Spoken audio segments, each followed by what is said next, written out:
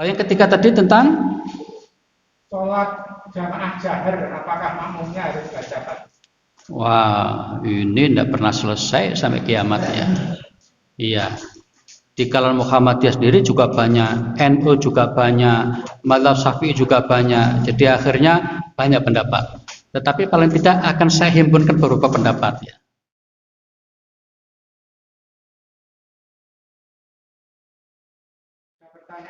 Silakan. Pertanyaan dari chat ada satu, yang dua pertanyaan dari jamaah yang hadir. Pertanyaan dari chat Ustaz. Assalamualaikum, Ustaz mau nanya. Waalaikumsalam.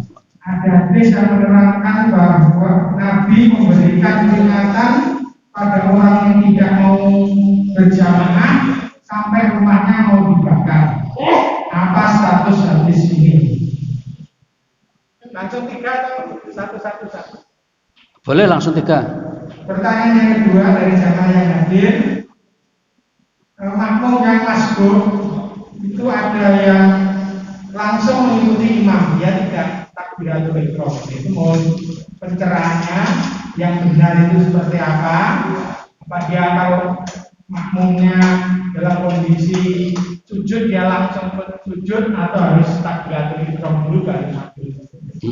Yang ketiga, dalam sholat berjamaah yang jahar, maka berjahar, apakah makmumnya tak wajib membaca Al-Fatihah?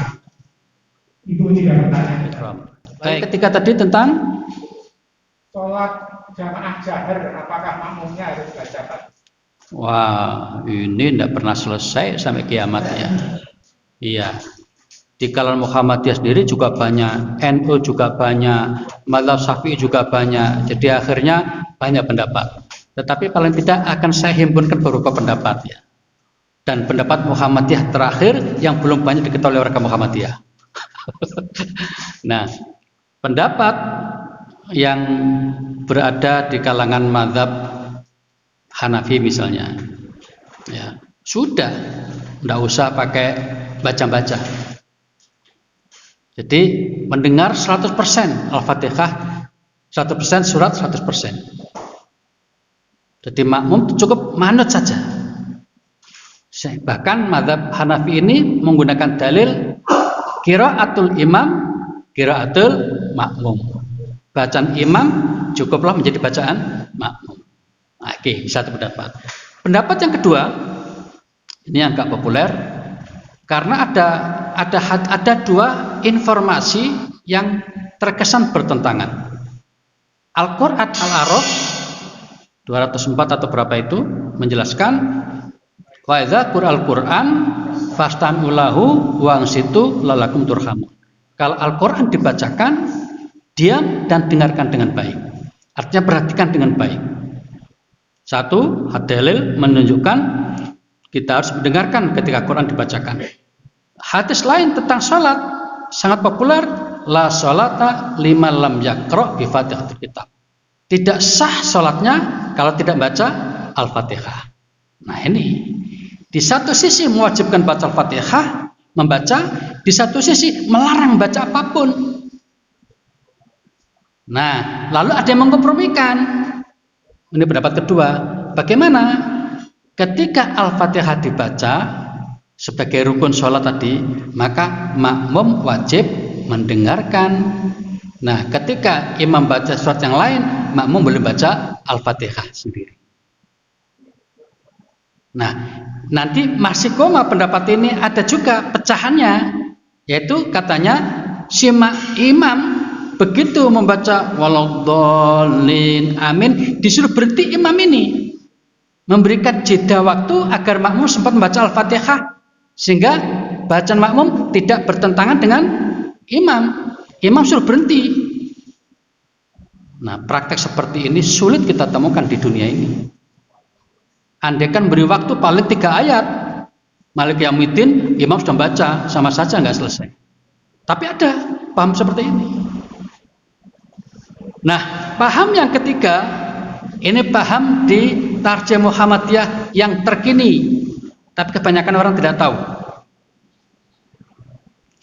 Bagaimana itu?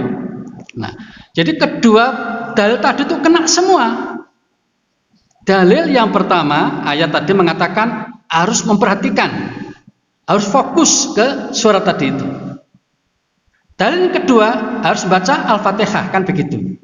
Maka pendapat yang diambil adalah ketika imam membaca Al-Fatihah, makmum memperhatikan dengan menggerakkan bibirnya, barengi imam. Toh ada hadis lain mengatakan kecuali Al-Fatihah boleh dibaca di dalam dirinya. Nah, ini dipahami ketika imam membaca Alhamdulillahi Rabbil Alamin, makmum juga begitu. Jadi memperhatikan dengan sungguh-sungguh sambil menggerakkan bibirnya. Nah, dengan demikian hadis tentang baca Al-Fatihah dapat, ayat tentang perhatikan juga dapat. Ini pendapat yang terkini yang saya tidak tahu apakah sudah di sosialisasikan atau belum, tapi saya sudah mendapatkan tulisan buku itu bahwa di Muhammadiyah tarjihnya cenderung pada pendapat yang ini. Ini relatif pendapat baru dan kebetulan saya juga belum menemukan pandangan ulama yang lainnya. Yang ada itu yang pertama kedua itu kebanyakan pendapat selama ini, selama ribuan tahun itu seperti itu. Nah, yang terakhir ini saya belum menemukan sandaran ulama yang berpendapat seperti itu. Menurut saya sangat menarik dan belakangan ini saya cenderung pada pendapat itu. Jadi ketika imam membaca, saya juga membaca, tapi saya tidak menandingi imam, malah mengikuti imam. Begitu kan? Mengikuti imam. Ini saya menggambarkan kepada orang yang suka hobi bernyanyi. Ketika sang penyanyi seperti Rhoma Irama tampil di depan dengan lagu "Begadang jangan begadang", lidah kita mengatakan, nah gitu. Berarti kan perhatian betul pada dia. Nah, seperti itu kira-kira. Wallahu a'lam bishawab. Nah, tapi menurut hemat saya, apapun pendapat itu tidak perlu kita kemudian mengatakan, oh pasti ini yang benar, itu yang salah. Tidak perlu begitu. Fikih tidak begitu. Fikih punya sifat elastis ya. Jadi kalau ada ulama A berpendapat, tidak boleh ulama menyalahkan B, tidak boleh. Itu hukum fikih. Jadi namanya al-ijtihadu la yunqadu bi ijtihadin akhar. Hasil ijtihad tidak bisa dirusak oleh ijtihad yang lain. Biarkan tetap berbeda. Biarkan tetap berbeda. Itu sebabnya maka muncul mazhab-mazhab itu, dibiarkan tetap ada. Harus dihormati. Mana yang benar? Wallahu a'lam bishawab. Begitu para jamaah yang bisa disajikan pada pagi hari ini. Mudah-mudahan bermanfaat dan mari kita berdoa semoga Allah Subhanahu wa taala senantiasa membimbing kita semua dan menuntun kita agar tetap berada pada jalan yang lurus, yang benar sesuai dengan ajaran Allah dan Rasul-Nya. Dan kita mohon kepada Allah semoga berkenan mengampuni dosa-dosa yang pernah kita lakukan. Dan pada saat nanti semoga kita bisa menghadap kepadanya dalam keadaan sebagai muslim yang pantas dimasukkan ke dalam surganya.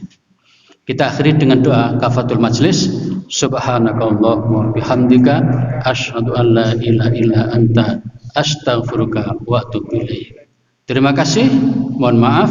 Wassalamualaikum warahmatullahi wabarakatuh.